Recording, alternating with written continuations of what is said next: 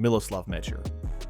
We're going back in time, way before big rackets, baseline brawls, and power serves ruled the court. If you ever stumbled onto a Mecir's match without knowing who he was, you'd be forgiven for thinking he wasn't really trying. The guy didn't grunt, he didn't scream, he didn't blast the ball. He looked like he was gliding in slow motion. But somehow, and this is the bizarre part, he kept winning. Miloslav Mecir, also known as the Big Cat, wasn't your traditional tennis warrior. He didn't overpower his opponents with raw force.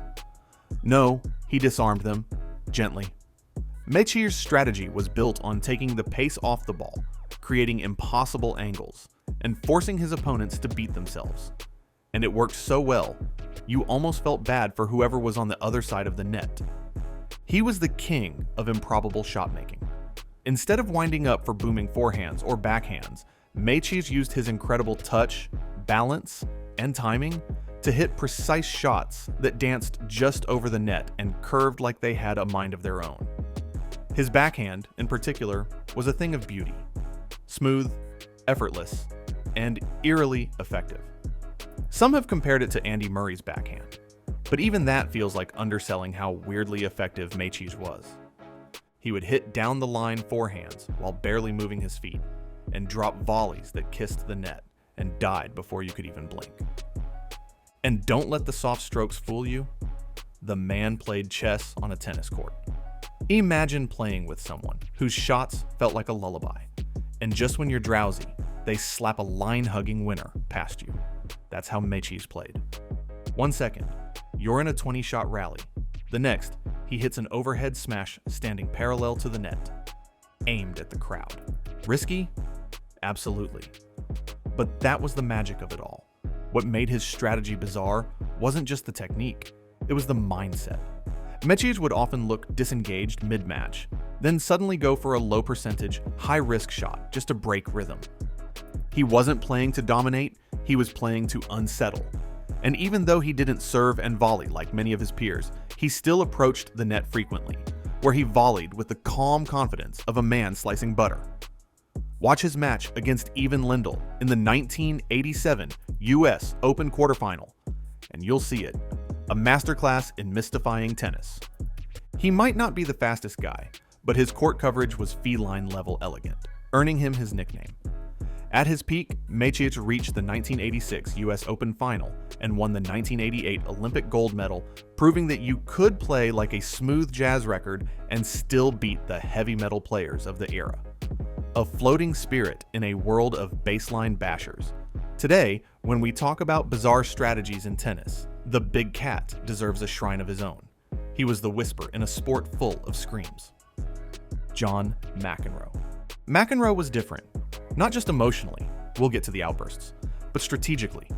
In an era already defined by net rushers, he'd charge the net like it owed him money, and his style worked in the most bizarre way possible. His serve might not be as powerful as expected, but it is strange. As a lefty, McEnroe's delivery spun out wide at crazy angles, pulling opponents off the court before they even got comfortable. But it was what came after the serve that truly separated him. He followed nearly every single one to the net, even on second serves, even when common sense begged him not to. And then came the volleys. While most players are taught to keep the racket head up and follow through cleanly at the net, McEnroe said, nah. He dropped the racket head, flicked his wrist, and essentially broke every textbook rule of volleying, and still ended up with what many call the best hands in tennis history. He could stab volleys off his shoelaces, redirect missiles at impossible angles, and make the ball die like it fell into a patch of quicksand. Now, of course, the equipment of his era helped. Wooden rackets and natural gut strings made it harder for opponents to fire consistent passing shots. The courts were faster too. But don't let that fool you, because McEnroe's net instincts, reflexes, and reaction time were out of this world. And just when opponents thought they had a rhythm. Enter the McEnroe mind games. This man could turn a quiet match into a courtroom drama in seconds. The yelling, the umpire confrontations, the "you cannot be serious" moments are all part of the chaos. But here's what makes it golden. The tantrums were never just noise. They rattled opponents, disrupted the pace, and gave McEnroe the control he wanted, even if it looked like he was losing it. But don't confuse the theatrics with carelessness. Underneath the antics was a brilliant tennis brain. McEnroe was calculating. He understood geometry, tempo, and how to construct points better than most of his peers. He once made it to the French Open final on slow clay, the worst surface for serve and volley players, and almost won it, choking away a 2-set lead in 1984. But even getting there, with his style, absurd. Let's not forget the stats. 7 Grand Slam singles titles, 77 ATP singles titles, and 10 more Grand Slams in doubles. He was a beast on the court, just not in the way anyone expected. Every net rush, every flick volley, every shout at the umpire. It was all part of a bizarre strategy that got his opponents worked up. His strategy? Attack first. Think later. And if you're in doubt, argue. Ashleigh Barty. Imagine being 5'5" in a sport where your average opponent towers over you and slams the ball like a cannon. Most players would beef up their power game or hang back and rally from the baseline. But Ashleigh Barty? She took one look at the traditional playbook and tossed it out. Let's start with her serve. It may not be the fastest, but it's sneaky. Her signature move? The kick serve, or as some call it, the hopper. Instead of blasting the ball flat and fast, Barty loads it with heavy topspin. The result? The ball leaps off the court like it just drank an energy drink, bouncing awkwardly high and wide, yanking opponents out of position. It's like trying to swat a grasshopper mid-jump. Most female players rarely hit this serve, so it's already throwing them off from point one. But wait, the slice backhand? That's where things get deliciously weird. While most modern players favor a solid two-handed backhand, consistent, controlled, and safe, Barty brings out the single-handed slice like it's her secret weapon. It's not just defensive, it's art. She knifes through the ball, sending it skidding low with unpredictable spin. It doesn't sit up, it bites. It's the tennis equivalent of a sudden mood swing. 1 second you're in rhythm, the next you're lunging awkwardly like a beginner at club night. Most players are used to the ball bouncing up into their sweet spot. Barty's slice stays low, annoying, and disruptive. It's like swiping your opponent's controller mid-game. And her forehand? Oh, it's not a joke either. She generates heavy topspin, moves the ball around like a chess master, and adapts mid-match based on who she's facing. She's not blasting it from the back every time. She's constructing points like an architect, using angles and depth rather than brute force. She wins by confusing you, and that's Barty's bizarre brilliance. Andy Murray. Imagine playing against someone who doesn't just hit hard and fast, but someone who thinks about every shot like he's playing chess, not tennis. That person right there is Andy Murray. Most rising players swing hard, digging in with brute force hoping to end points quickly. But Andy Murray, he pulled a different playbook. He was doing something very different, something kind of weird. Early in his career, Murray didn't follow the raw power everyone craved. He played more softly, not because he lacked strength. It was his weirdly brilliant plan. Think of it like a fishing net. Let the fish come to it, then close the trap. Murray stood well behind the baseline, baiting opponents into attacking. Then boom, he'd rip a passing shot. His timing and anticipation were so good, it could feel unfair. If you were watching him from the stands, it might look like he was being lazy or just defending. But what he was really doing was setting a trap. Every soft shot, every slice, every weird angle was like a piece of cheese for a mouse. Once the opponent took the bait, boom, Andy would strike with a perfect shot. You'd see him standing a good 6 to 10 feet behind the baseline, deliberately deep, almost inviting his opponent to swing away. Yet as soon as they did, Murray would whip in, darting forward with astonishing speed, and slip in a laser-sharp passing shot to end the point. And don't get it twisted, Andy was fast. Super fast. Like zoom fast. Even if you hit the ball far away from him, he'd chase it down and send it back with an angle you didn't expect. This wasn't just about speed. It was like he could see the future. He always seemed to know where the ball was going before you hit it. And his biggest weapon? The return of serve. Just look at how he won a point after returning the 147 mph serve from his opponent, Milos Raonic. Most players hate returning fast serves. Not Andy. He loved it. He'd block the serve, redirect it, or sneak it past you. Sometimes it looked like he wasn't even trying hard, but the ball would land exactly where it needed to be. Despite being called a counterpuncher, he isn't the usual type. He blends defense with offense so fluidly, you don't know which page of the script he's on. He can slash a defensive lob that turns defense into attack in one swing. Andy's strategy looked soft, but it was actually super smart. He likes making his opponents tired, frustrated, and confused. They never knew if he was going to hit a deep slice, a short drop shot, a big forehand, or a slow spin. Over time, Andy added more power to his game. He worked on hitting harder shots when he needed to, but he never lost that brainy and sneaky style. He kept setting traps, and it worked. While most of the top guys were all about power and speed, Andy chose variety and intelligence. And even though it didn't always look flashy, it won him 3 Grand Slam titles and 2 Olympic gold medals. Bernard Tomic, the guy who plays tennis like he's half asleep on purpose. Most players blast their serves, they crush their forehands, they sprint, they grunt, they try to out-hit you. But Tomic, he just strolls around the court like he's at a Sunday picnic. Now, that might look lazy, although it's not laziness, it's strategy. Bizarre strategy. Instead of trying to beat you with power, Tomic tries to mess with your rhythm.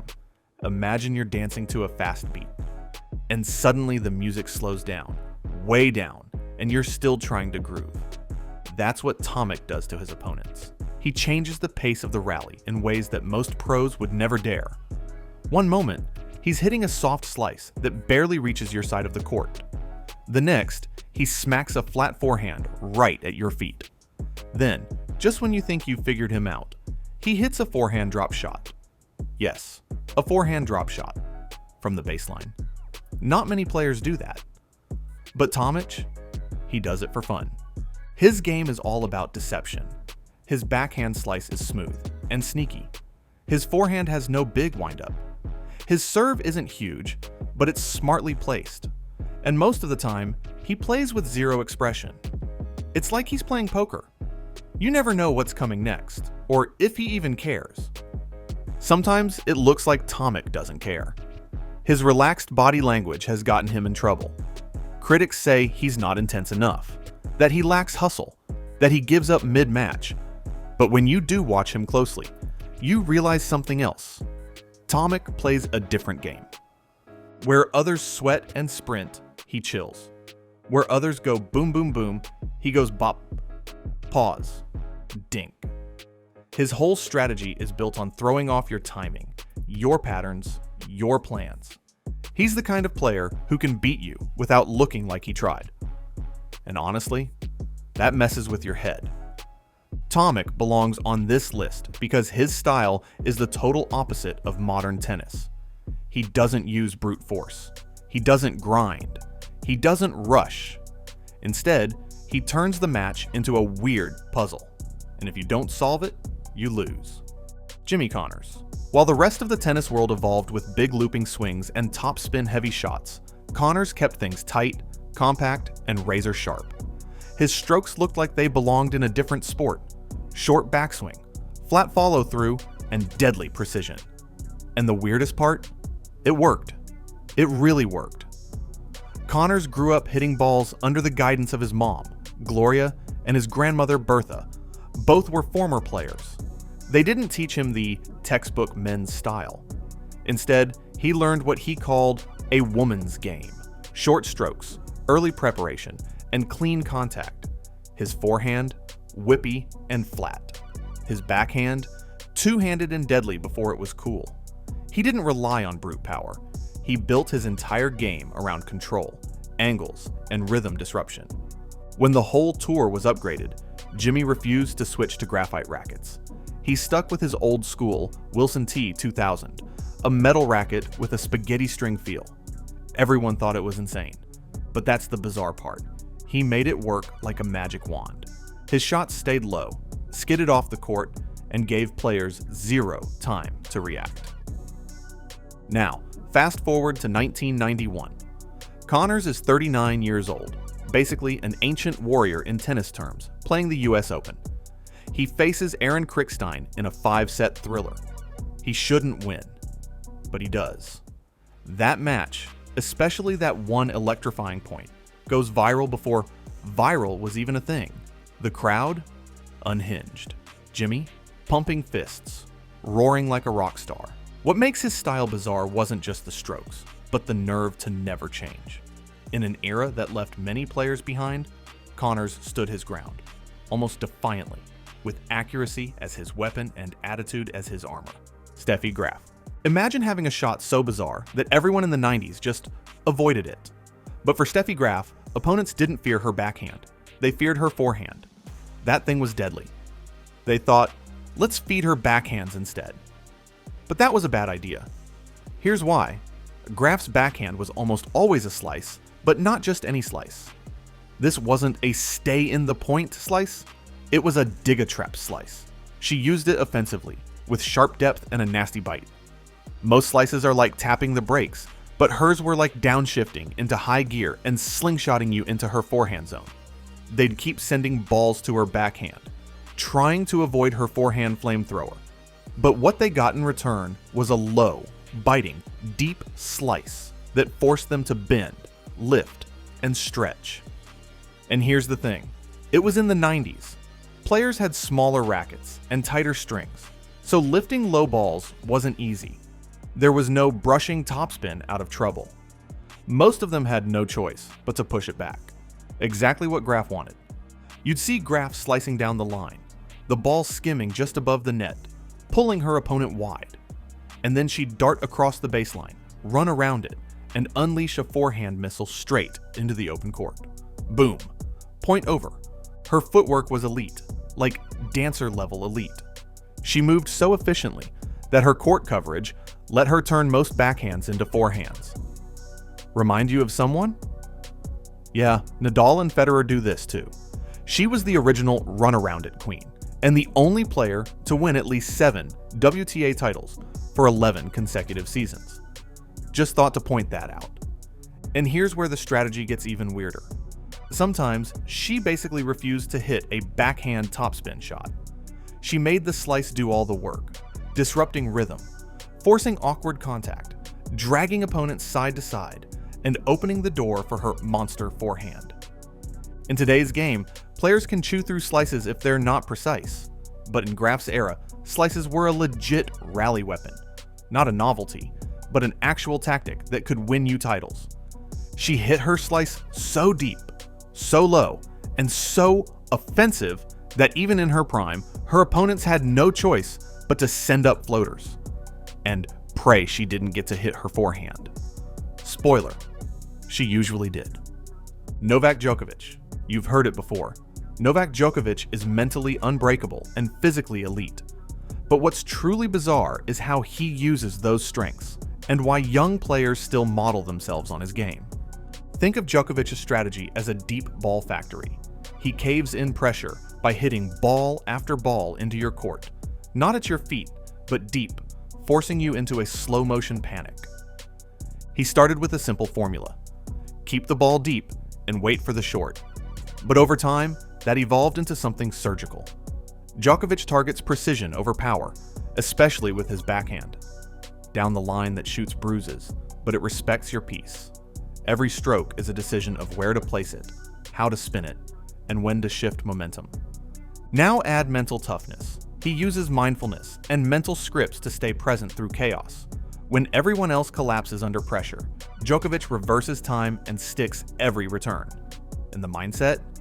He's the ultimate reset button. A missed serve? He mentally catches it mid-air and drops it behind him like yesterday's mail.